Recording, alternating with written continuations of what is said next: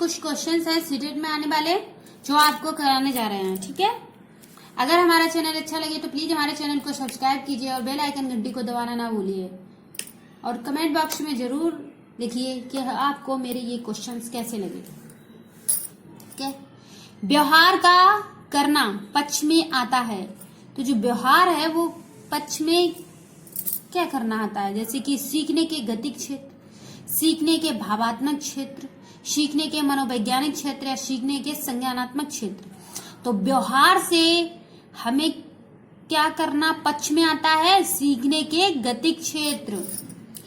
निम्नलिखित में से कौन सा सूक्ष्म गतिक कौशल उदाहरण है। भाई सूक्ष्म गतिक क्या होता है, सूक्ष्म गतिक मतलब महीन काम, एकदम छोटा सा छोटा काम। आप जैसे दौड़ रहे हो, कूद रहे हो, ये सूक्ष्म गतिक कौशल नहीं है। जैसे सिलाई है, कढ़ाई है, बुनाई है, इस टाइप के काम आपके सूक्ष्म गतिक कौशल में आते हैं।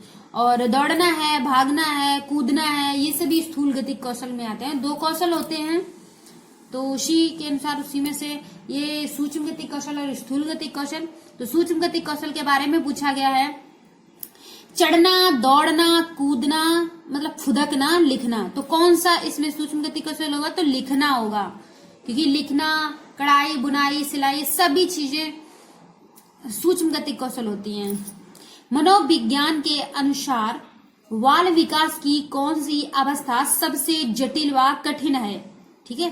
तो मनोविज्ञान के अनुसार हमारे जन्म के बाद से बहुत सारी अवस्थाएं, जन्म के बाद हमारे शरीर में बहुत सारे चेंजमेंट होते हैं और उसमें अवस्थाएं होती हैं, शैशवावस्था, बाल्यावस्था, किशोरावस्था, प्रौढ़ावस्था, वृद्धावस्था, इस प्रकार से अवस्थाएं चलती है। तो सबसे कठिन अवस्था कौन सी होती है, तो किशोरावस्था ही होती है, क्योंकि यही अवस्था ऐसी है जब हम बच्चों के संवेगों को कंट्रोल नहीं कर पाते। हमें बच्चों पर क्रोध या उस पर जोर जबरदस्ती से कोई काम नहीं करवा सकते, प्रेम से उससे कुछ भी करवा लीजिए, मित्रवत उसके साथ व्यवहार करना चाहिए। वृद्धि को प्रभावित करने वाले कारक कौन से हैं, तो वृद्धि को प्रभावित करने वाले कारक पर्यावरण है, स्वास्थ्य है, आहार है, सभी वृद्धि को प्रभावित।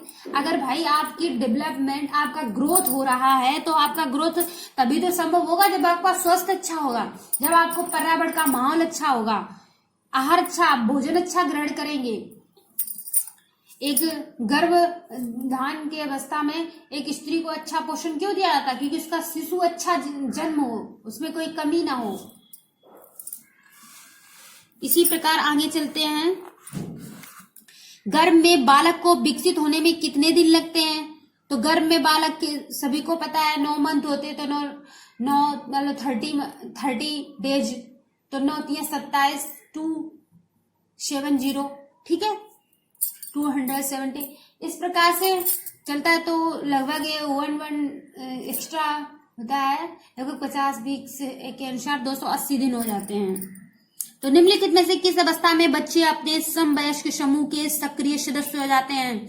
कब बच्चे अपने समवयस्क सक्रिय सदस्य होते हैं, अर्थात कब वो मित्र बनाने लगते हैं, कब वो अपनी एक कमेटी, अपना एक ग्रुप बनाने लगते हैं, तो किशोरावस्था में ही ये सब है।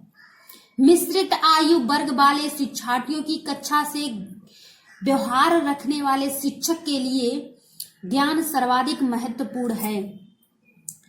आप कोई भी क्वेश्चन है उसको अपने जीवन से रिलेटेड करके आंसर दीजिए, तो आपको आंसर में कंफ्यूजन होने की कोई आवश्यकता ही नहीं, बल्कि आपको अपने जीवन में जैसे ही आप उस क्वेश्चन को ढालेंगे आपको तुरंत आंसर मिलेगा। अभी इस क्वेश्चन में कह रहा है कि मिश्रित आयु वर्ग वाले बच्चे हैं, जैसे उसमें सभी आयु वर्ग के बच्चे हैं, वृद्धावस्था, प्रौढ़ावस्था, शैशवावस्था, किशोरावस्था, इस प्रकार मिश्रित आयु वर्ग के वाले शिक्षार्थी बता रहे हैं कि कक्षा से व्यवहार रखने वाले शिक्षक के लिए, शिक्षार्थियों की कक्षा से व्यवहार रखने वाले शिक्षक के लिए ज्ञान सर्वाधिक महत्वपूर्ण है। तो ज्ञान कैसा सर्वाधिक महत्वपूर्ण है, विकासात्मक अवस्थाओं का, ठीक है। सामाजिक आर्थिक पृष्ठभूमि से वहां कोई मतलब नहीं है, सांस्कृतिक पृष्ठभूमि से कोई मतलब नहीं है, उनके अभिभावकों के व्यवसाय से हमें कोई मतलब नहीं है। हमें विकास करना है सभी अवस्थाओं के बच्चों का, चाहे वो किसी अवस्था का बच्चा हो। निम्नलिखित में से कौन सा सूक्ष्म गतिक कौशल का उदाहरण है। आपको अभी कुछ देर पहले ये क्वेश्चन बताया था, ये रिपीटेड हो गया है, तो इसमें लिखना सूक्ष्म गति कौशल होगा। बालक का प्रारंभिक विकास मुख्यतः किस पर निर्भर है?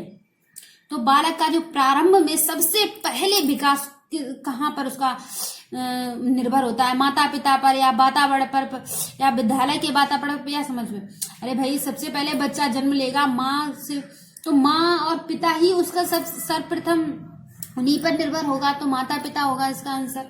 ठीक है, इस प्रकार आपको नेक्स्ट दिन नेक्स्ट क्वेश्चन पढ़ाएंगे। ये सभी क्वेश्चन प्रीवियस ईयर पेपर में आए हुए हैं, कोई भी मैंने आपको फालतू का क्वेश्चन नहीं पढ़ाया है। अगर आपको लगे ऐसा कोई फालतू का क्वेश्चन पढ़ाया है तो आप प्लीज कमेंट बॉक्स में जरूर लिखिएगा। थैंक यू दोस्तों।